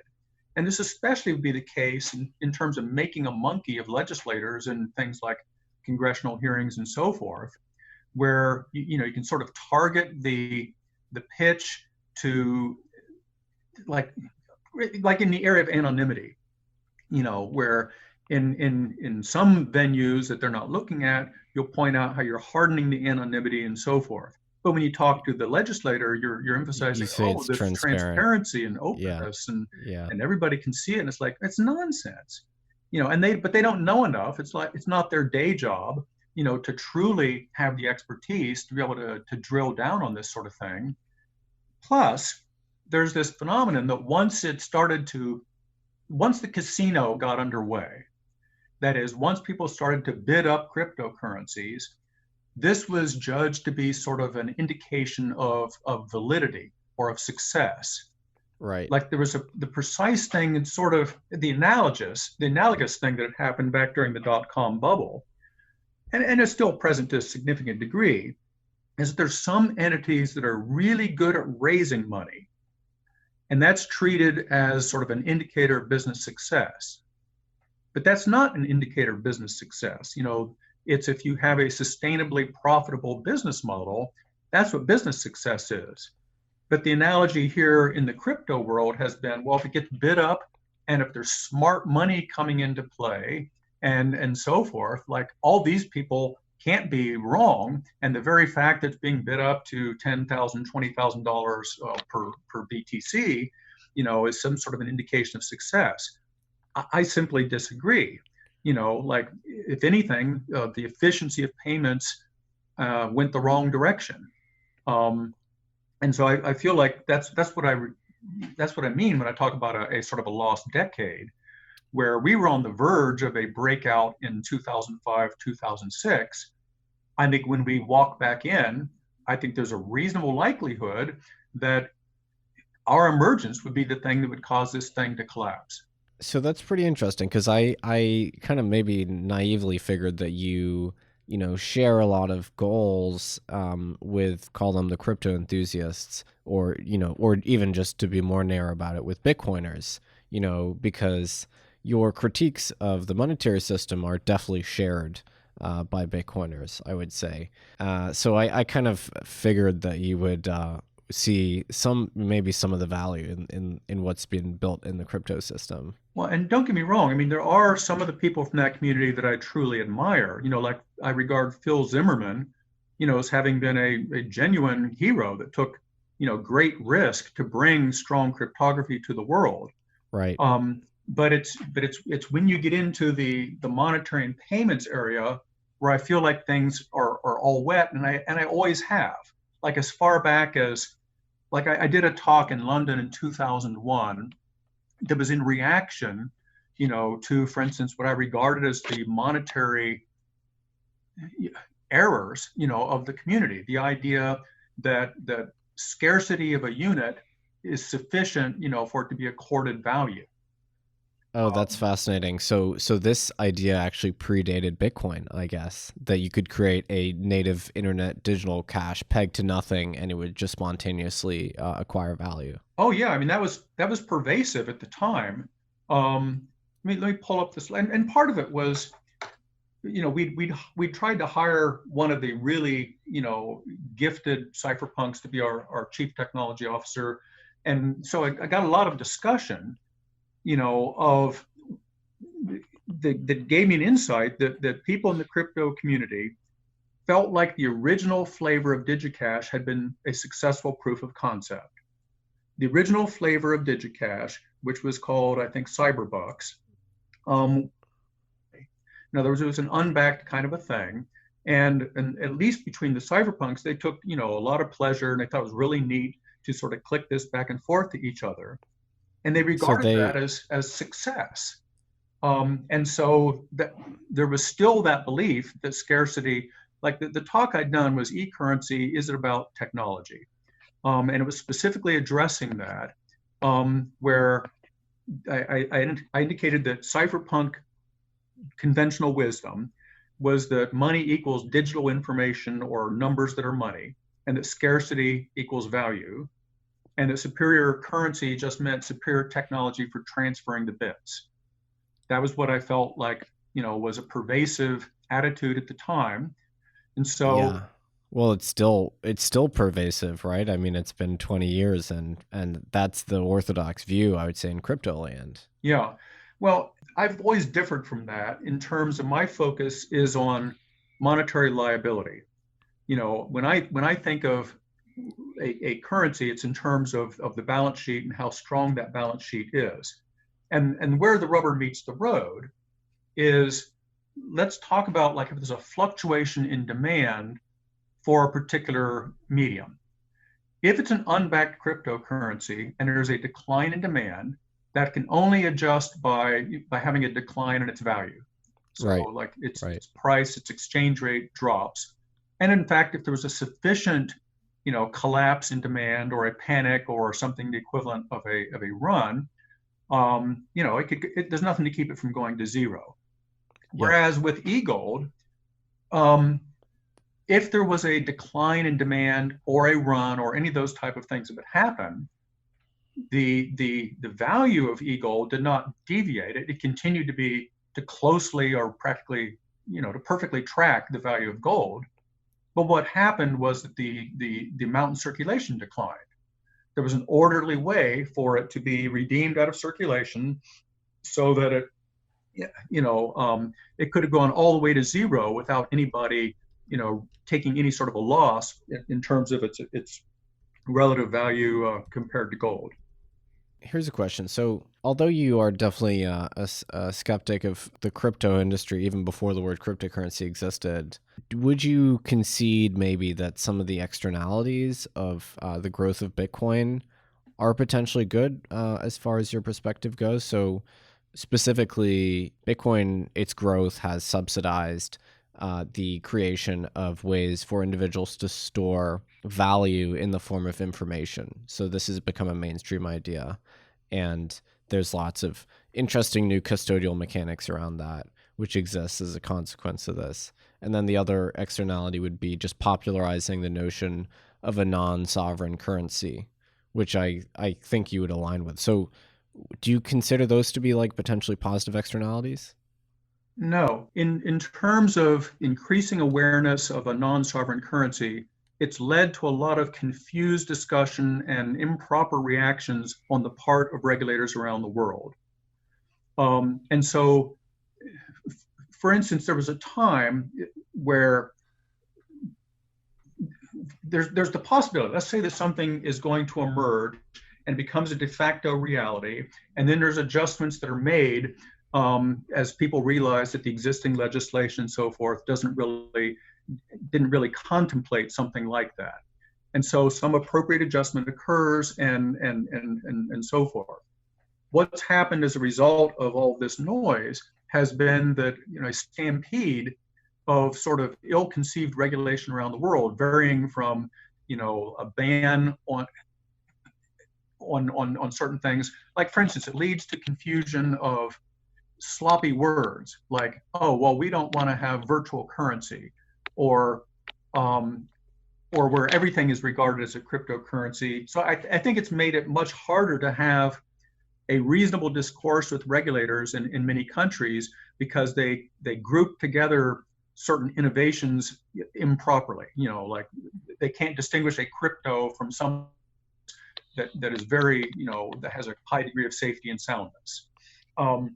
But then there's also the tech issue, where I think, even the most fundamental technical aspects are inferior with both blockchain or the more recent sort of directions towards DLT and so forth. They started with the wrong premise, which makes it very hard to migrate in a direction of greater efficiency. Now, let me say what I mean a little bit there. Like with blockchain itself, clearly the movement more recently has been towards private sort of networks and moving away from all the canonical elements of a blockchain, of blocks, of cipher block chaining, and especially this notion that all nodes contain a copy of everything. So people are hastening to sort of bury that. So like, it's not uncommon to have like so-called blockchain companies now that just don't do blockchain. I mean, Hyperledger is moving very much away from it. The R3 folks are, they raised money for blockchain when it's the enthusiasm, but more and more of their stuff, it's like, where's the blockchain? It's not there anymore. And so, but the part that still remains, even with these private networks, that is a crippling sort of a legacy from having started as blockchain, is this ridiculous notion of a consensus mechanism, to the extent that it's still conserved. I think the consensus thing, I think it's the most invalid part of the whole notion. Because let's look at it. With any one of these systems, what you're trying to establish in terms of persisting the data is you want some sort of an immutable sequential record. Sure. And then there's the question of, if you're going to append, whether it's a transaction or an event or something to it, it's question of like where the consensus often comes into play is, oh, well, should this record be appended? Yeah. Well, why on earth do you need, the consensus of mutually distrusting parties on that? Like, why not just have a straightforward, logic in the application of, oh, well, does it conform to system rules? Is it like so-called, like a legal transaction according to how the system's configured? Then bang, you append it.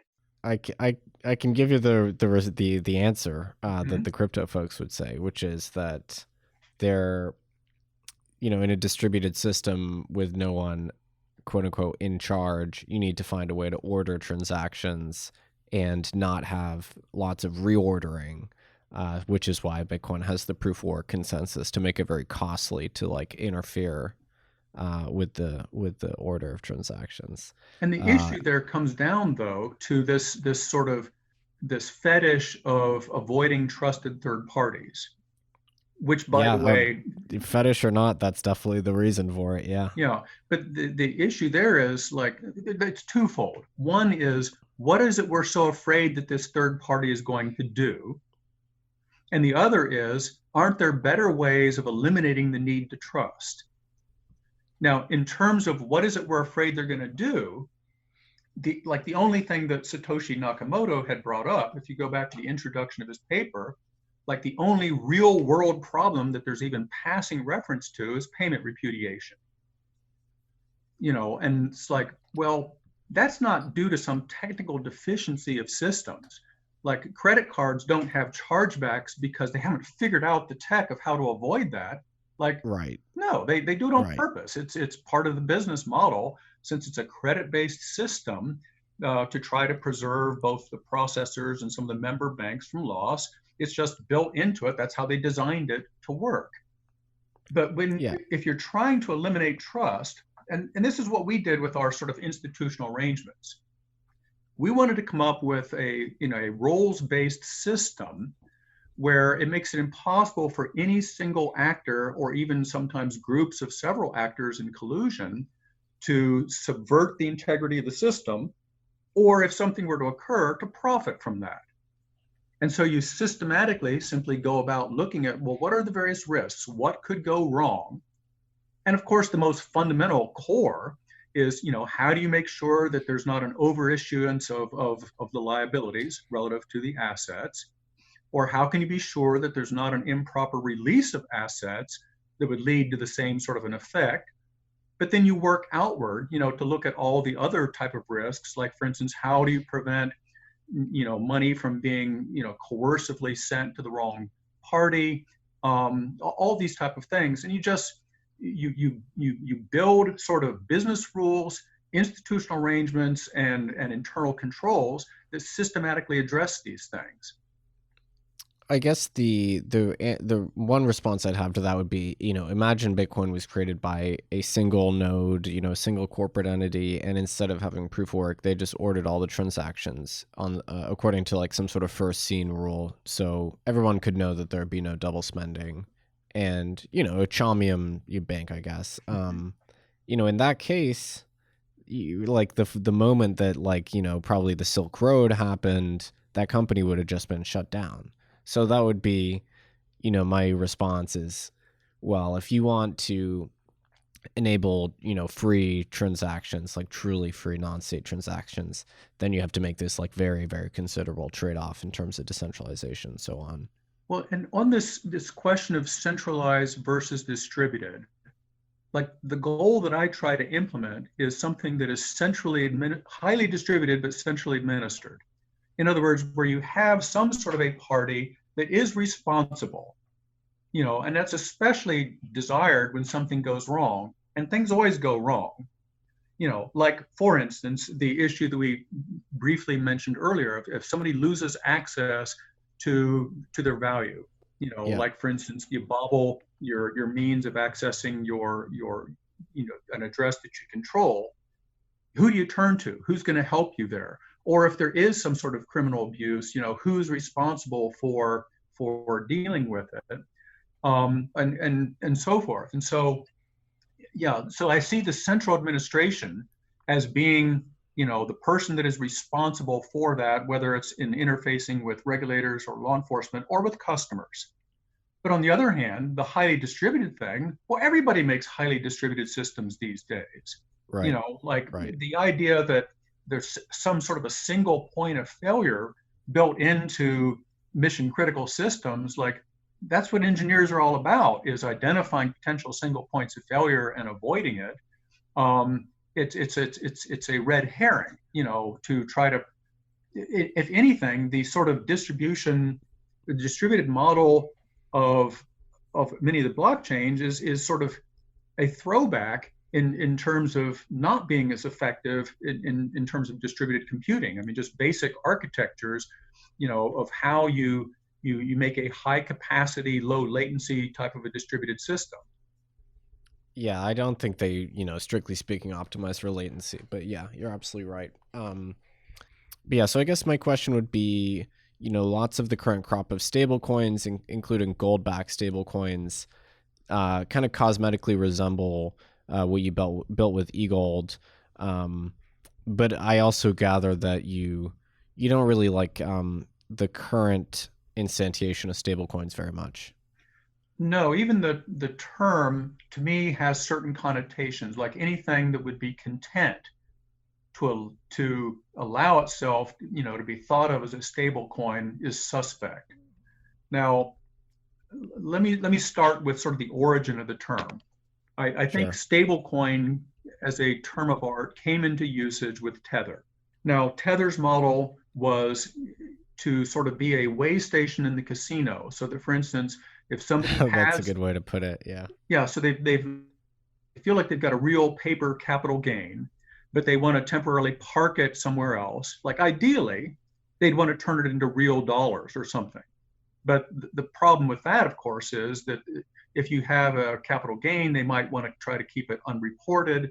So the thought was that, well, if you have something that's dollar-like, I can park it there for a while, and maybe I also don't have to report my capital gains. Well, that's a terrible model. Now, even then, the terminology, like the idea of, I won't get into my problems with stable or my problems with coin, but I think those are both kind of ridiculous too. So many of the next generation are basically people that were trying to get some of that Tether piece of action. Yeah. It's like, that doesn't seem like a real worthy type of thing. They were making a ton of money on the net interest from a few billion in deposits.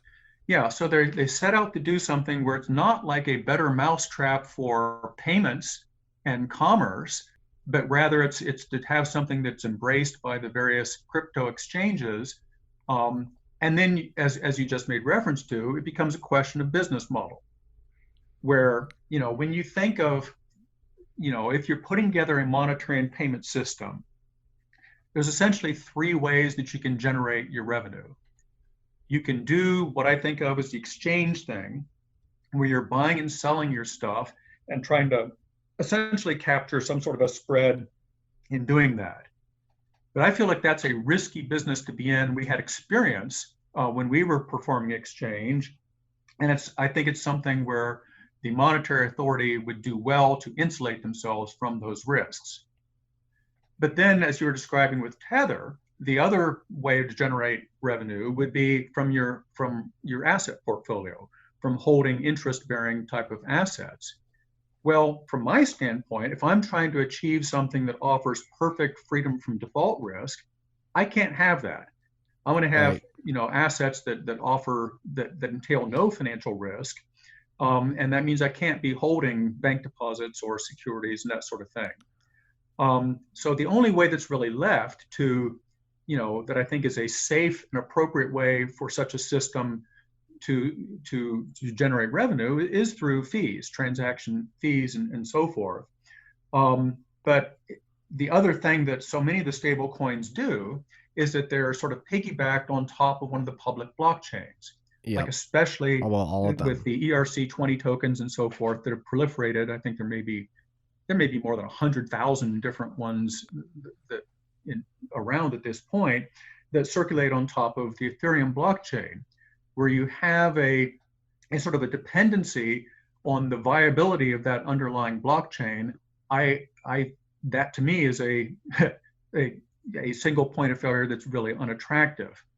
Now, then when you have an entity that's my problem with stable coins, so to speak, in general.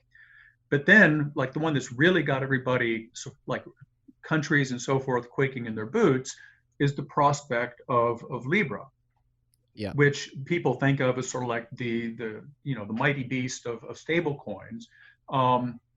Libra, I think, has its own problems. where it has those same deficiencies that I described with other stable coins, mirrored with the fact of like, this is something that's we're more or less Facebook is behind it. Yeah, with the consortium just being kind of like cosmetic, and like ultimately Facebook really has control over the parameters right now. Yeah, and this isn't the first time Facebook has set out to do something like this. Several years ago, like they had done their first foray when there was a sort of period of enthusiasm for so-called virtual currency, and so they had come out with something called Facebook credits, and it really bombed, and it's gone down the memory hole. When you see all this discussion of Libra, hardly anybody brings up, how dumb or ill-conceived Facebook credits was and what a failure it was. But now, we have them coming around a second time, getting on sort of the blockchain or DLT bandwagon. And you have to question, like, well, why? Like, this isn't really their business. Their business is in exploiting people's contact and personal identifying information, so they can sell it to goodness knows who, whether it's advertisers or people that manipulate public opinion and so forth. Like, if they're in the business of exploiting your personal information, does that have nothing to do with why they think they now want to have, this sort of a currency? And I find it very hard to accept the idea that it's going to have genuine enforceable safeguards that prevent the exploitation of personal information.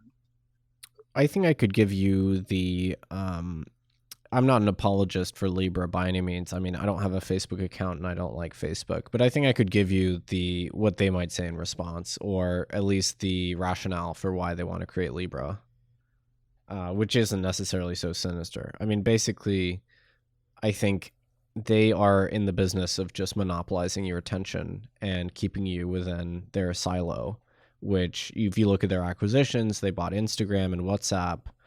So, 3 of your 4 most used apps might be owned by Facebook.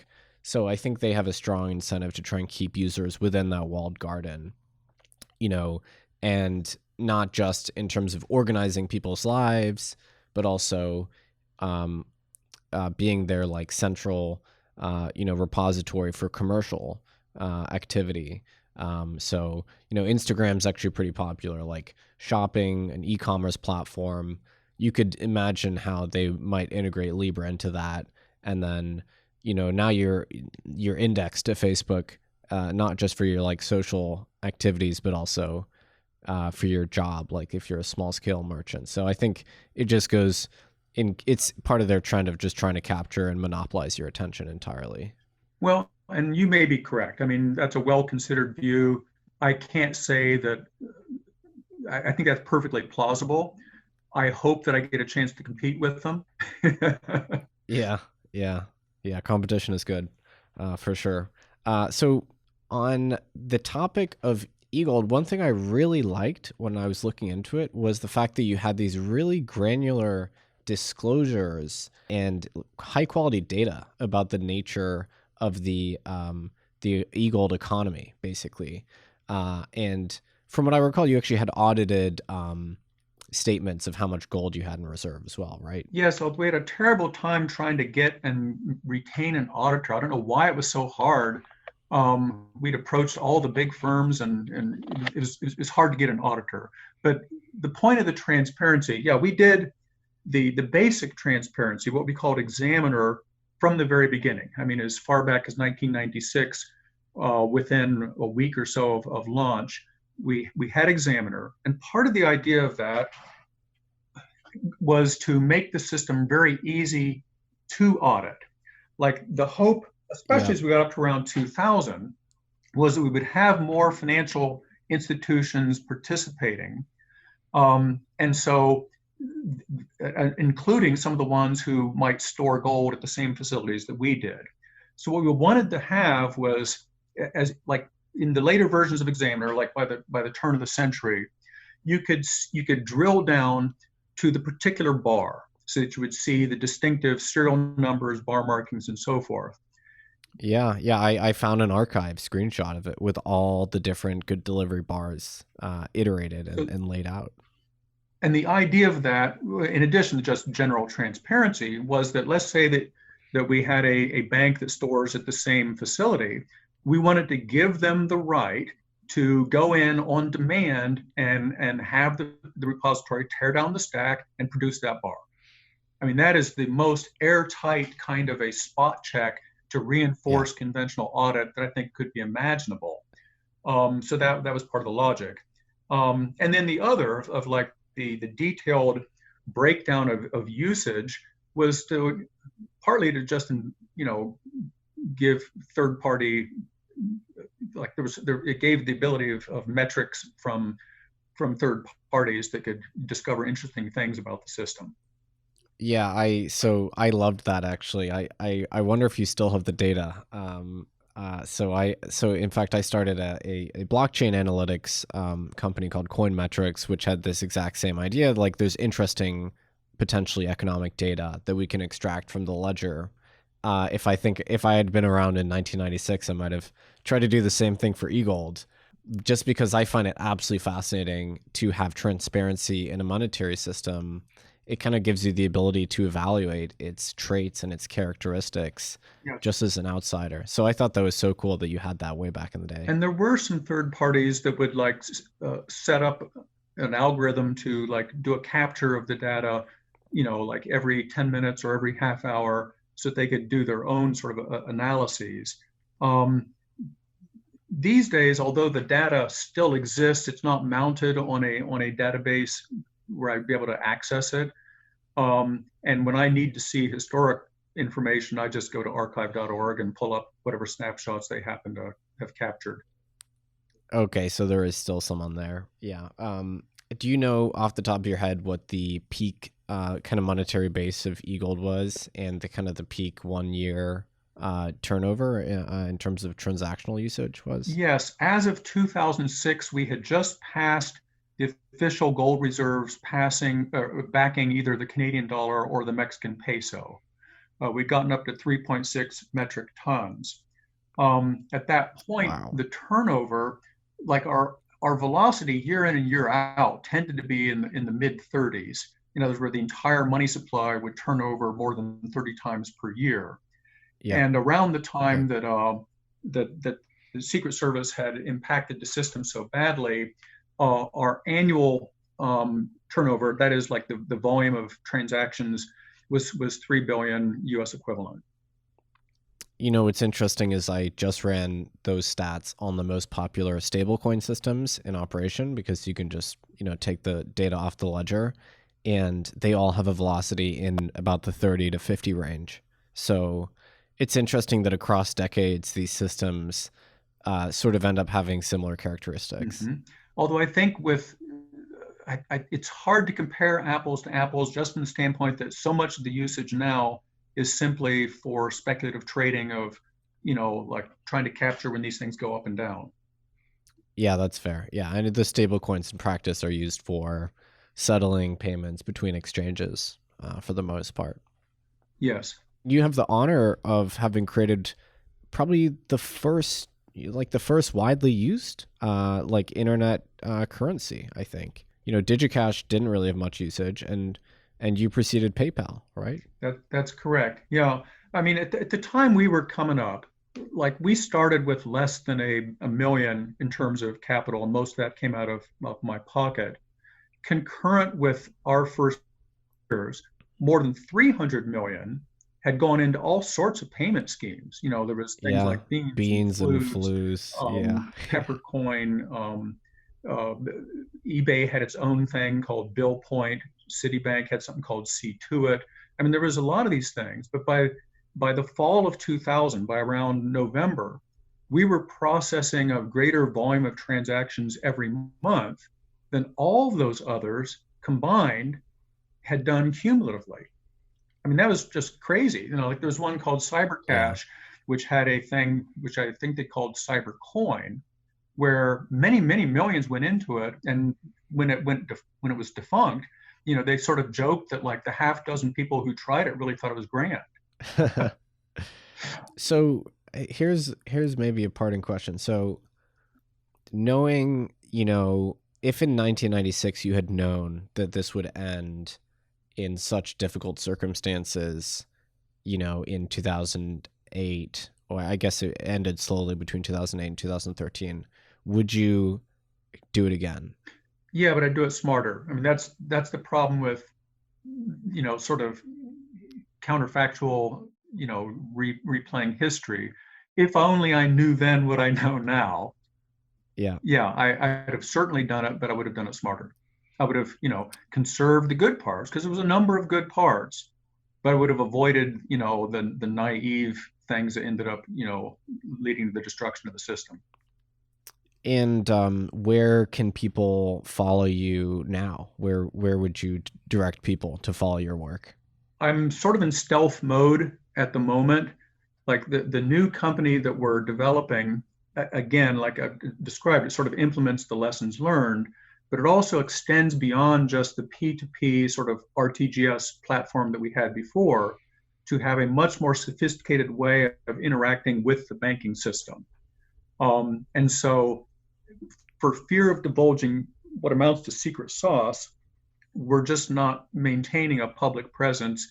And it's also to facilitate discussions with central banks, with big banks, with regulatory authorities, where you're not going to have their confidence to be able to communicate in a frank way if we're out there exposing discussions in public.